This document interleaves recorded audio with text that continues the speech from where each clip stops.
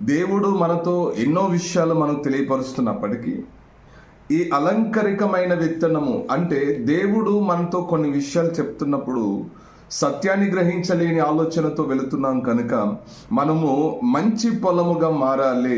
ఎందుకు మంచి పొలముగా మారాలంటే మీరు చూసుకోండి, లోకాసు వార్త 8వ అధ్యాయం 15 వచనము, అలాగే మత్తయి వార్త 13వ అధ్యాయం 38 ప్రకారము మనుషుని హృదయము పొలము ఏదంటే మనుషుని హృదయము, అలాగే సంఘము కూడా, అలాగే లోకములో ఉన్న దైవజనుడు కూడా ఎలా ఉండాలంటే సంఘము కూడా మంచి నేలగా మారాలి. అలాగే లోకములో సంచారం చేస్తూ సువార్తను ప్రకటిస్తున్న దైవజనుడు కూడా మంచి నేలగా మారాలి. ఎందుకు మంచి నేలగా మారాలంటే దేవుడు మంచి విత్తనము అనగా దేవుని వాక్యము నీలో నాటాలని ఆశపడుతున్నాడు. అలాగే మీరు చూసుకుంటే నేను ఏ పొలముగా మార్చబడాలంటే మంచి నేలగా మార్చబడాలి.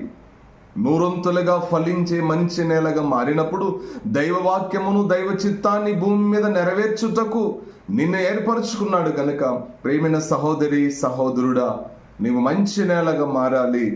దేవుని యొక్క వాక్యపు ఆ మాటను నీ హృదయమును నాటుకోవటానికి నీవు మంచి నేలగా మారాలి. అంత మాత్రమే, మంచి నేలగా మారి అంటే ఏ రకమైన రాళ్ళు ముళ్ళ తుప్పలు కూడా నీలో నాటకూడదు. అంటే ఏ రకమైన ఈ లోకములో ఉన్నటువంటి ముళ్ళ తుప్ప లాంటి రాళ్ల లాంటి సమస్యల మధ్య ఇరుక్కోకుండా దేవుని యొక్క నామమునకు వ్యతిరేకమైనటువంటి జీవితంలోకి వెళ్లకుండా నీవు మంచి నేలగా ఎప్పటికప్పుడు నిన్ను నువ్వు స్థిరపరుచుకుంటూ, నిన్ను నువ్వు సేద్యపరుచుకుంటూ, నీ భూమి అనగా నీ దేహమును, నీ ఆలోచన, నీ ప్రవర్తన, నీ విధానము సమస్తమును మంచి నేలగా ఉంచుకోవటానికి, దైవవాక్యమును నీ హృదయమును నాటుకోవటానికి ప్రియమైన సహోదరి సహోదరుడా, నీవు దేవుని యందు భయభక్తులు కలిగి నడుచుకోవడానికి ప్రయత్నం చేయము.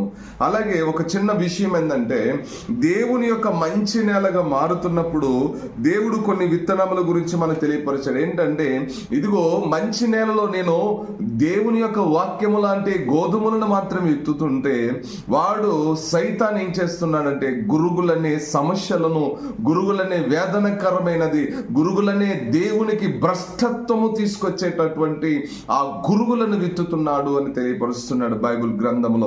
మీరు చాలా ఈ అధ్యాయాల్లో చూసుకుంటే మత్తయి వార్త 13వ అధ్యాయం 36 నుంచి 43 వచనాలు చూసుకుంటే దేవుడి వాక్యము గురించి అదే చెప్తుంటాడు.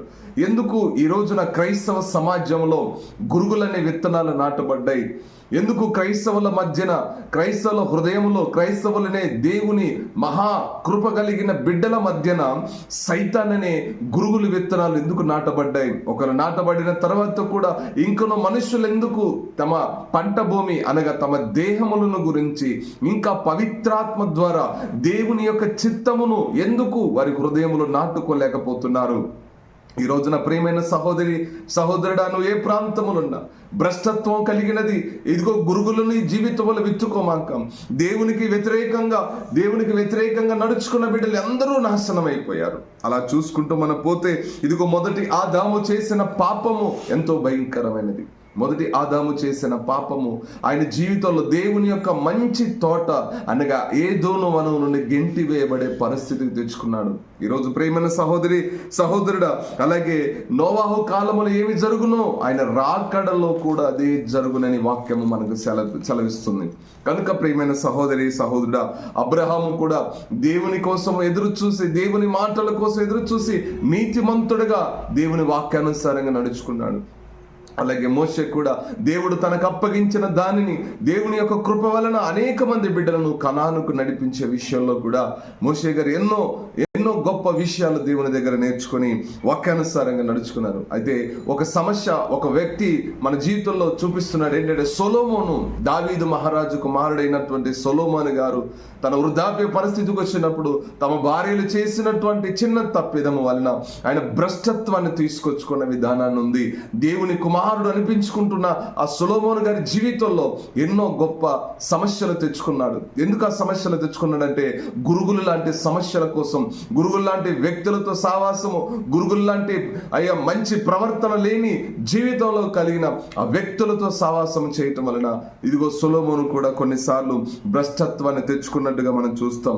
అందుకే ప్రియమైన సహోదరి సహోదరులారా, ఆదాము బీజము ఇదిగో మీలో నాటబడకూడదు. ఆదాము చేసిన చిన్న తప్పిదము, ఆదాము చేసిన ఆలోచన విధానం మీరు చేయకూడదు. ఎందుకంటే నువ్వు మంచి నేలగా మారాలా, మంచి విత్తనములు నీలో నాటబడాలా, దేవుని వాక్యము నాటబడాలా, దేవుని కృప నీలో నాటబడాలి. నీవును, నీ కుటుంబము, నీ పిల్లలు, నీ ఉద్యోగం, నీ వ్యాపారం, నీ వ్యవసాయం, నీ కూలి పనులు, నీవేమి కలిగి ఉన్నావో కలిగి ఉన్న వాటన్నిటిని నా దేవుడు దీవించాలి. కనుక ప్రియమైన సహోదరి సహోదరుడా, ఇప్పటికైనా మనం దేవుని వాక్యానికి లోబడదాం. దేవుని వాక్యము వైపు మనం చూద్దాం. ఈ లోకములో తిరుగుతున్న అపవాది యొక్క గురుగులను, అపవాది యొక్క పంట మనం కోయకూడదు. మనం సత్యమును కోయాలి, సత్యమనే పంటను కోయాలి. దేవుని యొక్క రాజ్యమును కట్టాలి.